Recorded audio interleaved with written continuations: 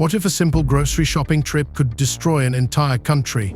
Could you imagine that Canada, a quiet and friendly neighbor, would suddenly turn into a dangerous economic enemy capable of bringing entire U.S. cities to their knees? Look, I said it before. We give Canada $200 billion a year. We subsidize Canada between all of the things we give them and trade. We don't have to have cars made in Canada. We don't have to have lumber from Canada. We have tremendous lumber. We have tremendous trees. All I have to do is unfreeze them from some of the restrictions that were put on. I can do that with an executive order. We don't need energy. We have more energy than anybody else in the world. Donald Trump's seemingly simple joke has turned into a massive conflict. Canadians are canceling their trips to America en masse. The streets of Las Vegas are emptying, and New York City is losing billions of dollars. How could one country deliver such a powerful economic blow to another without firing a shot? But it's not just about money. Why did Canadians suddenly start to reject everything American on principle, scrutinize the labels, and defiantly cross US brands off their shopping lists? On their shopping lists. It's not just a boycott, it's a genuine protest based on a wounded national pride. Could Trump have foreseen that his jokes and threats would turn quiet neighbors into a major threat to American business? Now America is in a panic. Travel companies are suffering huge losses, farmers are losing markets, and Canadian cities are turning American goods back to the border. But the worst of it lies ahead. What happens if Canada finally abandons its economic ties with the United States? Will the US economy stand up to such a challenge, or will one Trump joke will be the beginning of the end of an entire era of prosperity? So we spend $200 billion a year subsidizing Canada. We don't have to do that.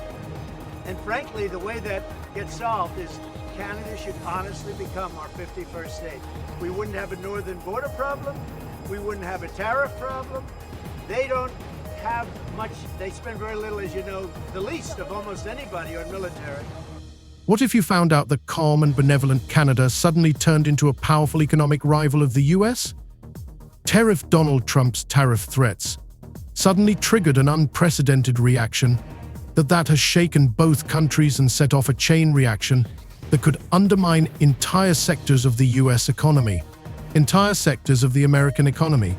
No one could have foreseen that ordinary Canadians, known for their calm and diplomacy, would decide to use their wallets as weapons.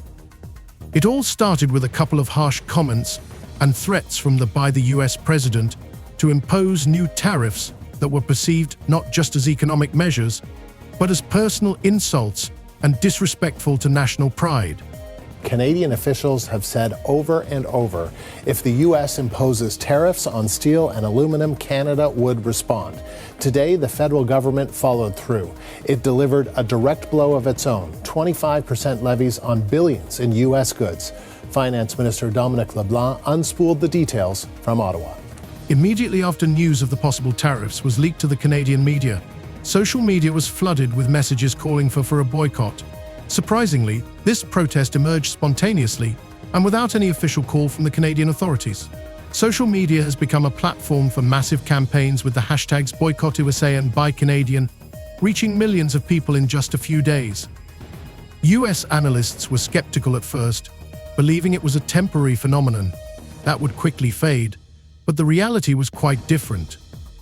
In a matter of weeks, the number of Canadian tourists traveling to the US dropped by 40%, a serious blow to cities such as Las Vegas, New York and Miami, which have traditionally relied on the flow of Canadian tourists.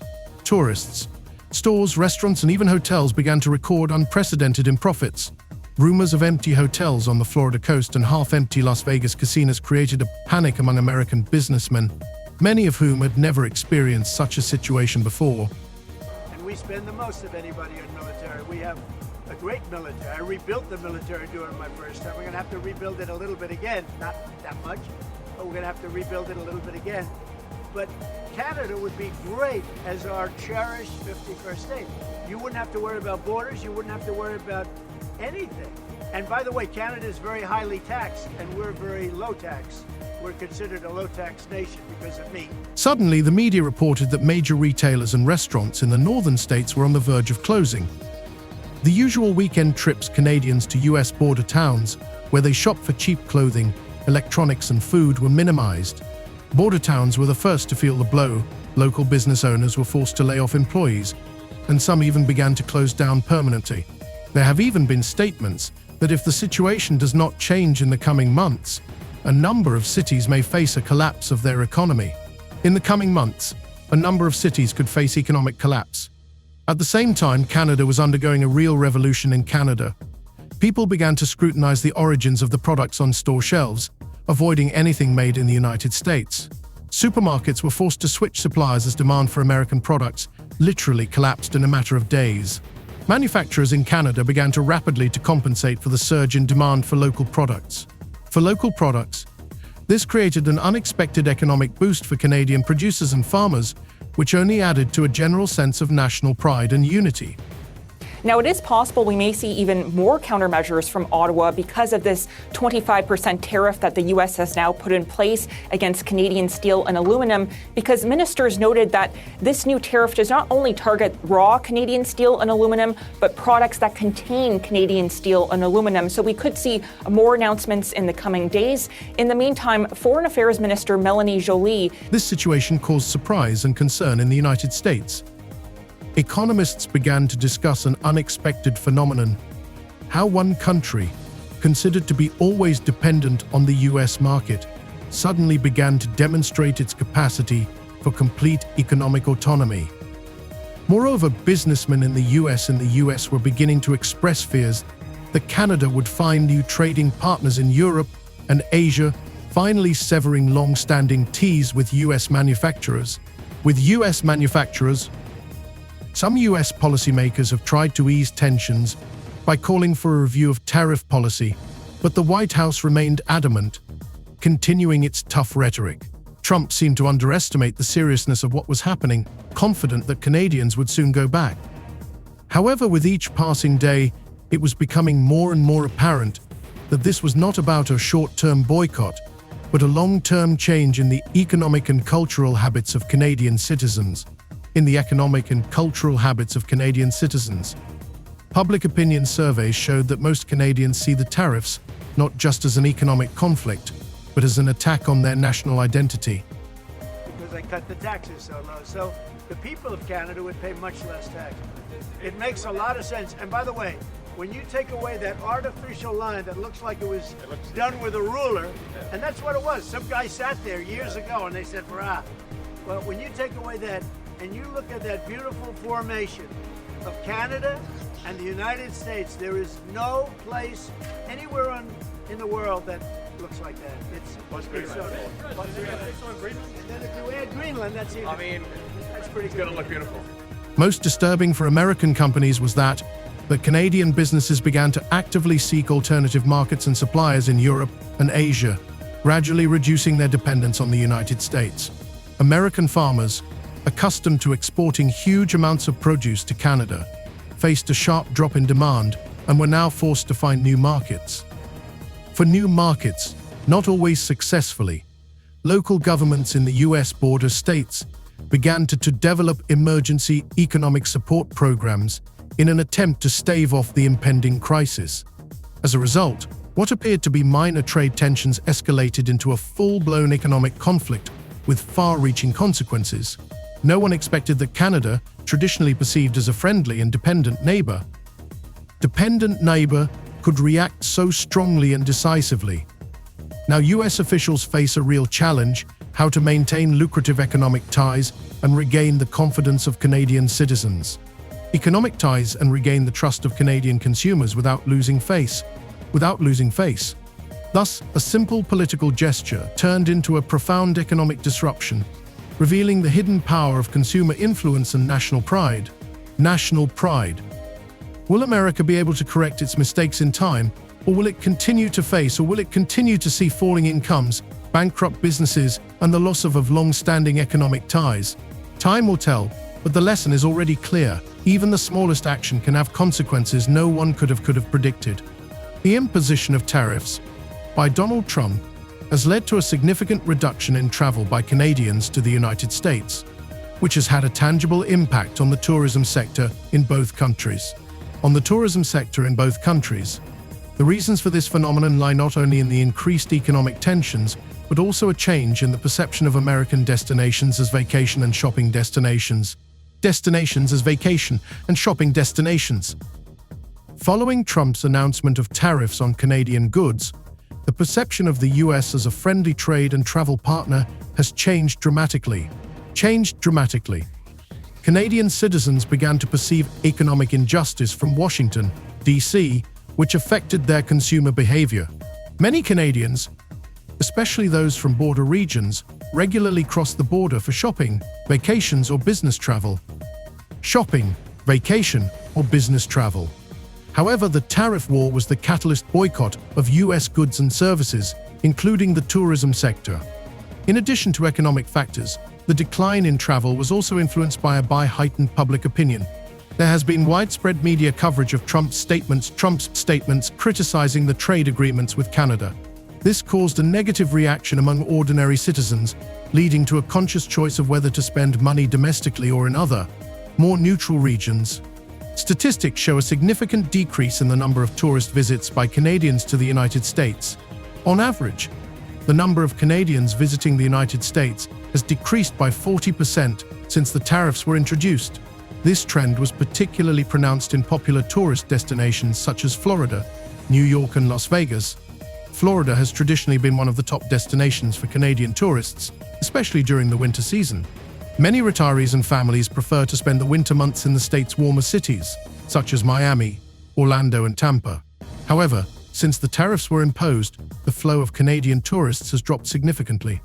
Canadian travel agencies began to record an increase in cancellations of previously planned trips to Florida. Many retirees, known as snowbirds, began looking for alternative winter destinations in Mexico and the Caribbean. Alternative winter destinations in Mexico and the Caribbean.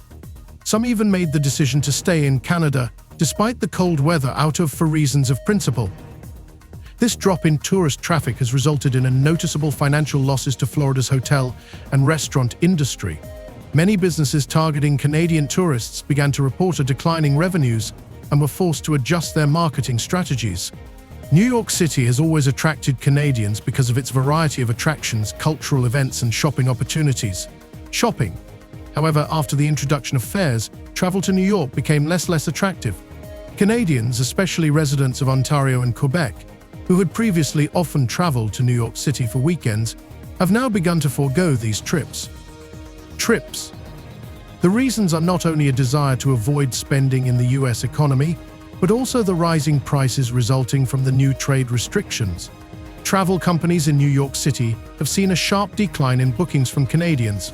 This has particularly affected the hospitality industry, as well as the retail industry. City officials have begun discussing possible measures to restore the flow of tourists from Canada, including marketing campaigns aimed at attracting visitors. Las Vegas, known for its casinos, concerts, and luxurious hotels, has also experienced a serious decline in the number of Canadian tourists. According to travel agencies, the flow of visitors from Canada has dropped by about 35 to 40%, which was a serious blow to the entertainment industry. Many Canadians traditionally travel to Las Vegas for weekend getaways, holidays, and corporate events. However, the introduction of tariffs has changed their preferences. Instead of traveling to the US, many began to consider alternative options in Canada and other countries. In addition to economic and political reasons, the decline in cross-border tourism has been affected by other factors. The weakening of the Canadian dollar. The Canadian dollar has been under considerable pressure in recent years, making it more expensive for Canadians to travel to the United States. More expensive for Canadians. The growing popularity of domestic destinations. In response to the decline in interest in US travel, the Canadian travel industry has begun to heavily promote domestic destinations such as British Columbia, Alberta, and the Atlantic provinces. Alternative international travel. Many Canadians have begun to choose other travel destinations instead of the US destinations, including Europe, Mexico, and Asia. The economic impact of the decline in cross-border travel are being felt not only in the US, but also in Canada. For the US, financial losses in the tourism sector. Many US businesses that depend on Canadian tourists are recording significant declines in revenues. Declining employment in the hospitality industry. Hotels, restaurants, airlines, and retail stores are losing customers, forcing them to downsize. Pressure on local economies. Cities that depend on Canadian tourists face a shortfall in tourism revenue. Growing interest in local tourism. Domestic tourism gets a boost, which stimulates the economy. Increased economic independence. Canadians realize they can spend money in their own country without having to cross the border. Development of Canadian tourism infrastructure. Government and private investors are beginning to invest in local resorts and attractions. The decline in cross-border travel between Canada and the US is one of the most obvious consequences of Trump's tariff policy. Economic, political, and psychological factors have led Canadians to travel less frequently to the United States, preferring domestic or alternative international destinations. In the long term, this may lead to an even greater separation between the economies of the two countries, a stronger national identity, and a change in the structure of the North American tourism market. The imposition of tariffs by Donald Trump has not only affected cross-border tourism, but also caused significant changes in the consumer behavior of Canadians. Recognizing the economic pressures from the US, Canadians have begun to look more closely at the origin of goods, reassess their shopping habits, and increasingly favor local or alternative international brands. This shift has been an important signal that Canadian society may be realigning and even largely distancing itself from the US market. Previously, American products made up a significant portion of the assortment on Canadian store shelves. This was true for food as well as household goods, clothing, appliances, and automobiles. However, after the tariffs were announced, many Canadian consumers began to consciously avoid American brands. Canadians began to check whether products they were buying were made. A trend emerged to choose products labeled "Made in Canada" or "Made in other countries," not associated with the tariff war. This is particularly noticeable in the food, clothing, and home appliance segments. Social networks have become a venue for campaigns urging people not to buy products from the United States. Lists of alternative brands offering Canadian products instead of US products have appeared online. Even major retailers in Canada began promoting local and European products, reducing dependence on imports from the US. Canadian farmers and producers have felt an increase in demand for their products. The number of Canadian products in supermarkets increased, and special promotions and discounts helped strengthen the domestic market. Supporting local brands became not just an economic move, but an element of national identity. One of the most noticeable changes has been the decline in demand for well-known American brands in Canada. Before the tariffs, companies such as Coca-Cola, Kellogg's, Kraft Heinz, Apple, Ford, and General Motors strong positions in the Canadian market. However, the imposition of trade restrictions has caused a reassessment of consumer preferences. US food brands have traditionally been popular in Canada, but after the tariffs were imposed, Canadian consumers began shifting en masse to local or European alternatives. For example, instead of Kellogg's, Canadians began buying more granola and cereal from Nature's Path, a Canadian brand that emphasizes organic products.